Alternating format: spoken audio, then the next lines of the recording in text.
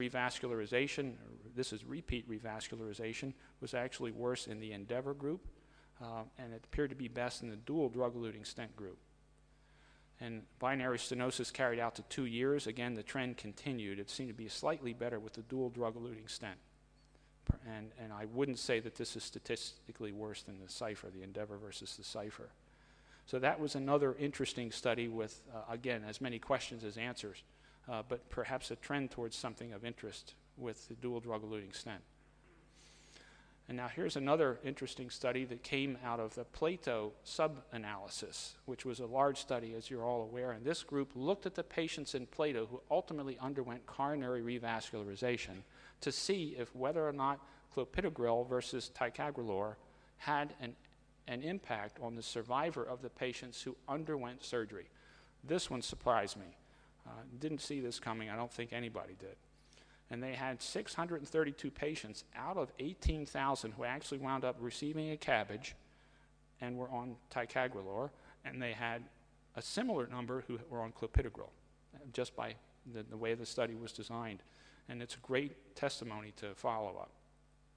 And this showed the time from when the study entry occurred to when their first bypass happened, which makes it look like they increased the need for surgery relatively similarly for the two groups of patients. This looks at time from when they had surgery to an endpoint that was measurable as an end of the study for that individual patient, cardiovascular death, MI, or stroke, in the CABG population. And this is pretty interesting. It turns out the clopidogrel patients actually looked like they had time to a primary endpoint that was better than the ticagrelor patients.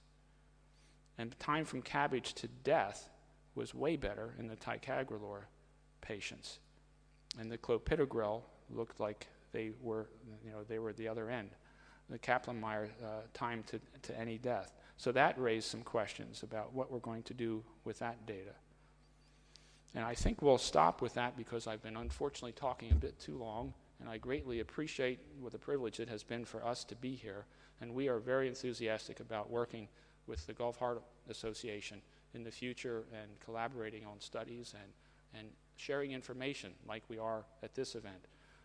I wound up learning quite a great deal today when I had the pleasure of going over to see the Qatar Robotic Surgery Center. That was a phenomenal visit for me. And the enthusiasm and the training and the learning skill of the team there was amazing. And I just thoroughly enjoyed that, and this has been a real pleasure for me. Thank you very much. Thank you very much for this extensive and clear presentation about ACC and A2 Summit presented last month in Atlanta. The floor is now open for discussion if you have any question. A small question, please. What about the A2 Summit? Why it's created? What is the aim of this summit during the ACC? For memory, I2 is for innovation in intervention. Well, the I2 Summit is an interventional side of the cardiac world. And very interestingly, we actually are merging it more and more. This year, the vascular track had surgeons, had cardiologists, and had interventionalists all participating in the sessions together. There were live cases that were quite interesting, including valve implantations, and there were sessions that seemed to be of very high interest to pure interventionalists. And so interventionalists wanted to develop a tract that was for interventionalists primarily, but there's an increasing need for general cardiologists, general cardiovascular physician and care team members to be able to see, well, geez, what can the